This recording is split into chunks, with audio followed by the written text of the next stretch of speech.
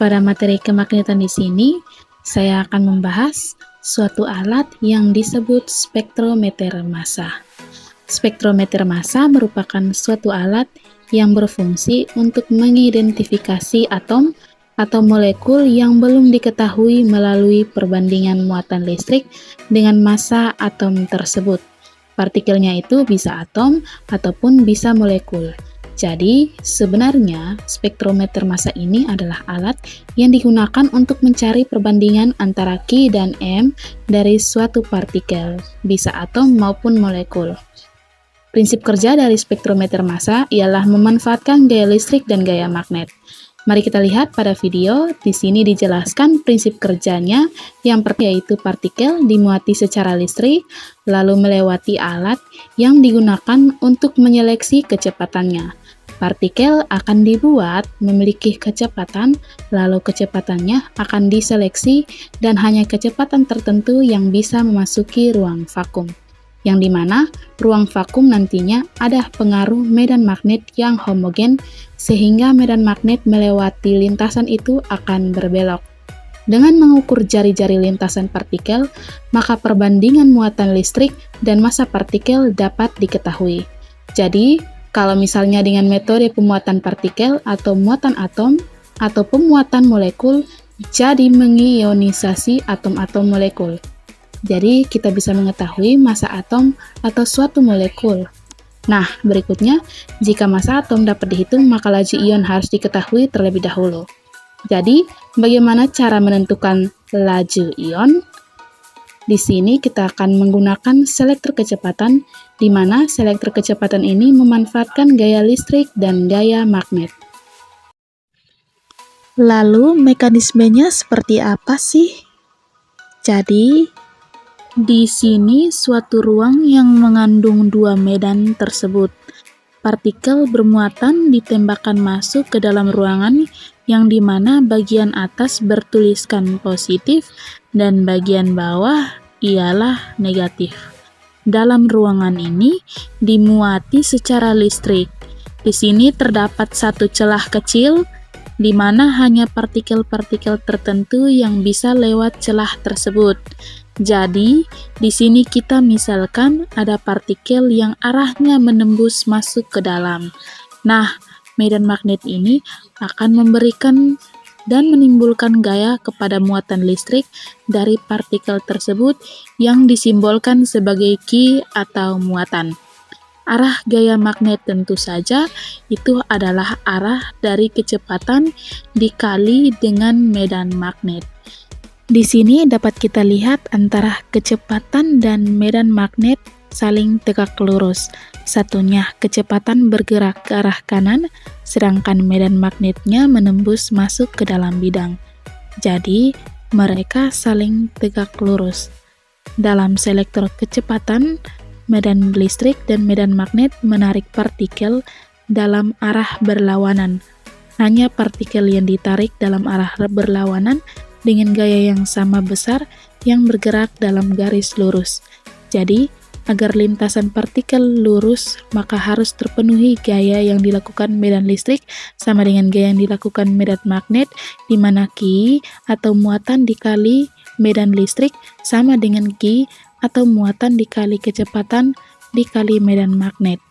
Nah, di sini kita tinggal coret yang sama dari keduanya, yaitu Q atau muatan, maka sisanya ialah kecepatan sama dengan medan listrik dibagi medan magnet, atau V sama dengan E dibagi B.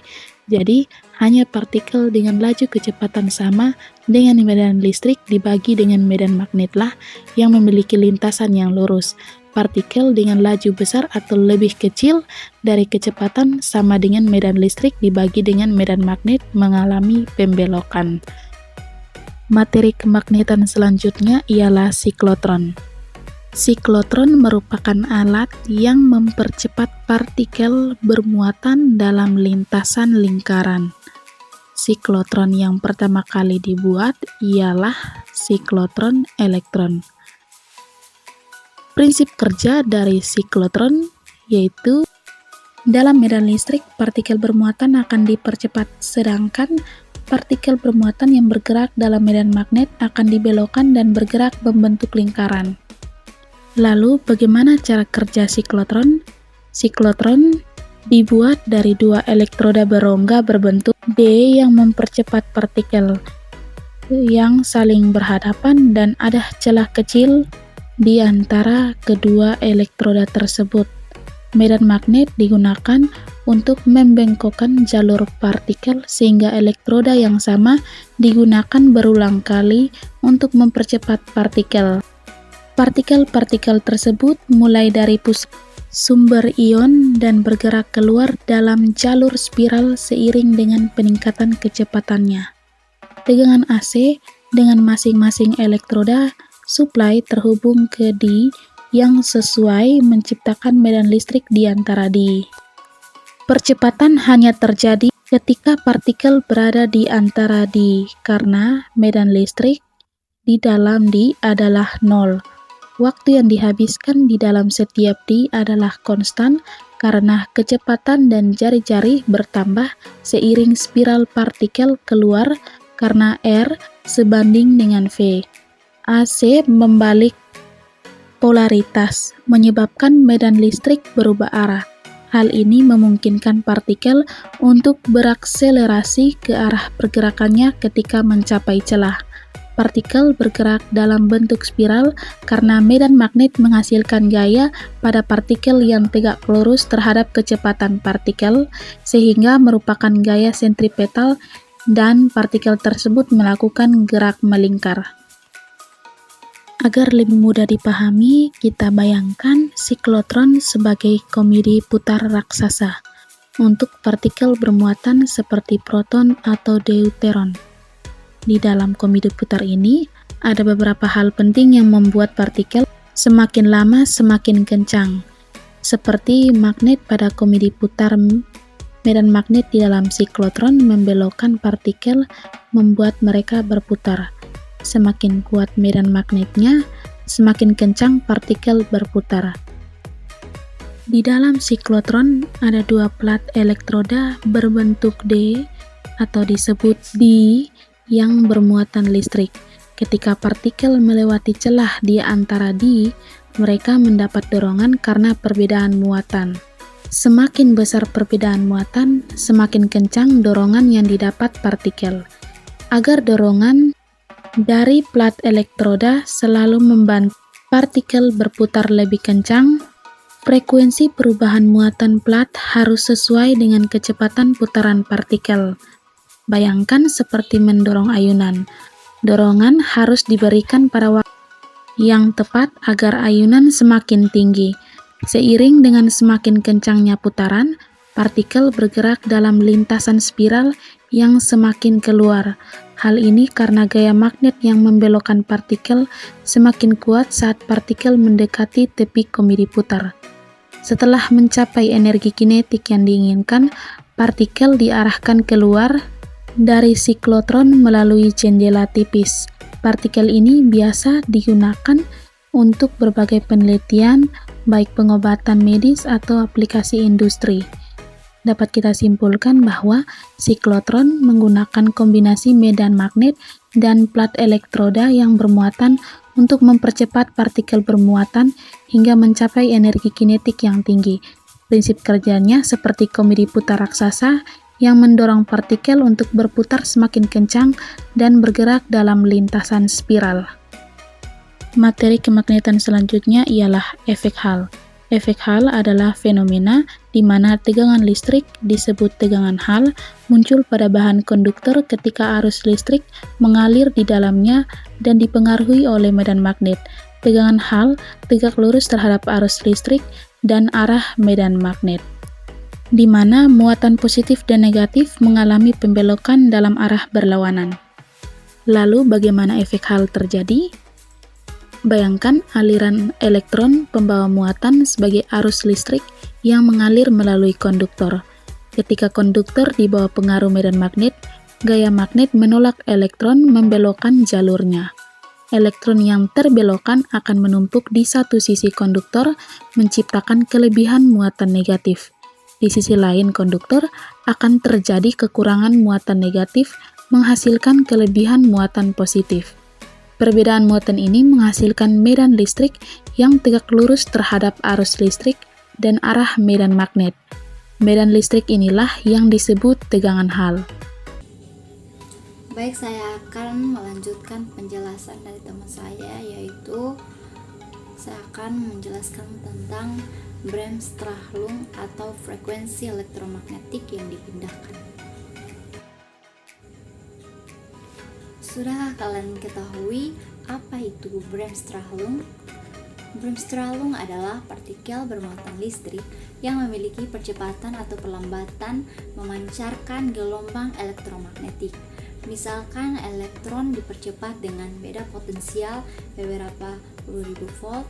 Jika elektron tersebut ditumpukan pada permukaan logam, maka kecepatannya berkurang secara drastis. Elektron mengalami perlambatan yang sangat besar sehingga elektron memancarkan gelombang elektromagnetik. Gelombang elektromagnetik yang dipancarkan berada pada semua frekuensi. Baik, yang berikut frekuensi gelombang elektromagnetik yang dipancarkan dengan intensitas terbesar memenuhi hubungan, yaitu HV sama dengan EV. Dengan V itu adalah frekuensi gelombang elektromagnetik yang dipancarkan dengan intensitas terbesar. H itu konstanta Planck atau nilainya itu 6,625 kali 10 pangkat negatif 34 joule second. Sedangkan E itu muat elektron dan V adalah beda potensial yang mempercepat elektronik. Yang berikut, jika beda potensial yang digunakan untuk mempercepat elektron adalah puluhan ribu volt, maka frekuensi dengan intensitas maksimum berada di daerah sinar X. Ini adalah cara menghasilkan sinar X yang dipakai kedokteran. Kita bisa lihat pada gambar, itu adalah proses produksi sinar X. Jika percepatan partikel berubah secara periodik dengan periode T, maka gelombang elektromagnetik yang dipancarkan memiliki periode T juga. Contoh partikel yang memiliki percepatan periodik adalah partikel yang bergerak melingkar atau partikel yang berosilasi harmonik. Saya akan membahas tentang aurora. Baik, saya akan membahas terlebih dahulu latar belakang aurora.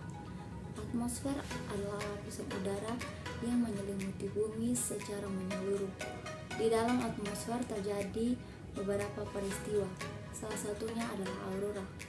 Fenomena unik yang seringkali terjadi pada langit malam yang tiba-tiba menjadi terang. Fenomena ini biasa dikenal dengan aurora. Aurora biasanya muncul dengan warna hijau, merah, biru, dan lain-lain.